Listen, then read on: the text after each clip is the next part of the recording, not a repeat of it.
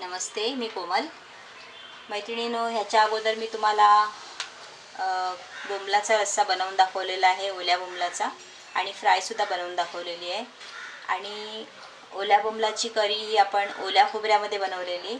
आज आपण कांदा खोबरा भाजून त्याची पेस्ट बनवलेली आहे, ती आपण वापरणार आहोत.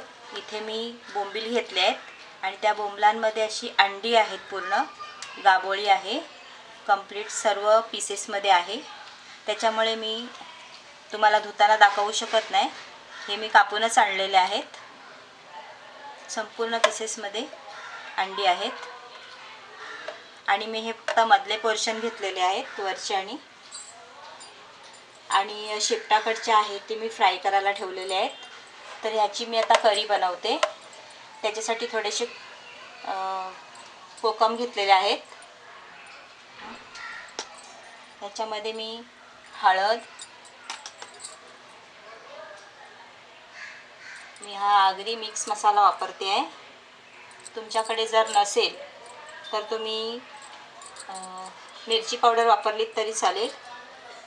आणि अर्धा चमच गरम मसाला, पाव चमच हळद, 1 चमच लाल मिरची पावडर किंवा मिक्स मसाला आणि अर्धा चमच गरम मसाला, हे आपण एकत्र सर्व मिक्स करून घेणार आहोत. इथे मी टोप ठेवलेला आहे फोडणीसाठी. छान गरम झालेलं आहे. त्याच्यात मी तेल टाकते, 2 चमच तेल. तुम्ही तुमच्या आवडीप्रमाणे तेल वापरू शकता. इथे मी खलबत्त्यामध्ये लसूण घेतलेला आहे. लसणाच्या पाकळ्या करून घेतलेल्या आहेत सोलून. ह्या 4, 5 आणि 6 घेतल्यात.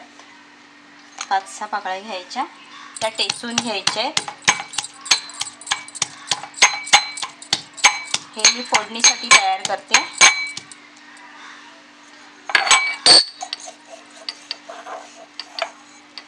अशा प्रकारे मी फोडणीत टाकलेलं आहे आणि त्याच्यामध्ये किंचित हिंग टाकते.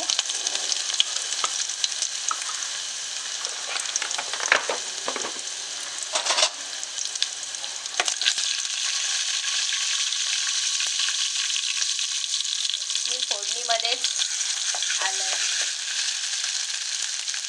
कांदा खोबरा भाजल्याची पेस्ट टाकते. खोबरं मी सुकं घेतलेलं आहे, सुक्या खोबऱ्याची पेस्ट बनवलेली आहे, भाजून छान मिक्स केलेली आहे.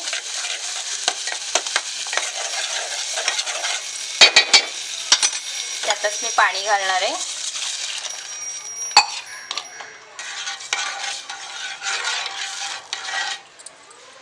आता ह्याला उकळी येऊ द्यायची आहे. एक उकळी काढायची आहे. छान उकळी आलेली आहे. त्याच्यामध्ये मी मीठ टाकते, चवीप्रमाणे मीठ. बोंबलाची करी बनवताना त्याच्यामध्ये जेवढं पाणी तुम्हाला हवं असेल तेवढं तुम्ही बनवू शकता, टाकू शकता. मी 2 ग्लास पाणी वापरलेलं आहे. आणि फोडणीमध्ये तुम्ही जेव्हा पेस्ट टाकतो पण नारळाची, कांद्याची, तेव्हा पण मसाले टाकलेत तरी चालतील. पण इथे मी मसाले टाकलेले आहेत, त्याच्यामुळे फोडणीत टाकलेले नाही आहे. आणि मी आधी ती उकळी काढून घेतलेली आहे, कारण की ह्याच्यामध्ये जे अंडी आहेत, आता मसाले टाकले तर दिसत नाही आहेत, ह्याच्यामध्ये अंडी आहेत बोंबलाची, तर ती फुटू नयेत म्हणून मी अगोदर उकळी काढली आहे आणि त्याच्यामध्ये मीठ टाकलं. मीठ टाकल्यानंतर अंडी ही फुटत नाहीत, पसरत नाहीत सगळीकडे. अशा प्रकारे अंडी आहेत बोंबलाची गाबोळी. आता मी ह्याच्यामध्ये एक एक करून सोडते आणि पुन्हा एक छान अशी उकळी घेणार आहे. मीठ आपलं टाकून झालेलं आहे त्याच्यामध्ये. शिवाय नारळाची पेस्ट तुम्ही तुमच्या आवडीप्रमाणे वापरायची किंवा मिरची पावडर सुद्धा तुम्ही तुमच्या आवडीप्रमाणे वापरू शकता. अशा प्रकारे आपली टाकून झालेली आहे. आता ह्याला आपण छान अशी उकळी घ्यायची आहे, की आपली ओल्या बोंबलाची करी तयार होईल.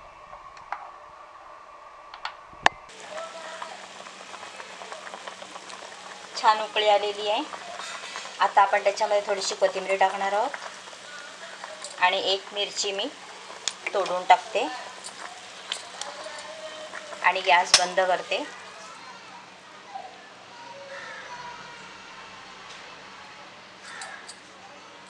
त्याच्यामध्ये जे बोंबील आपण टाकलेले आहेत हे बघा, त्याची अंडी कशी शिजलेली आहेत, अशी गाबोळी, त्याला गाबोळी म्हणतात. हे आता आपण सर्विंग प्लेटमध्ये काढून घेणार आहोत.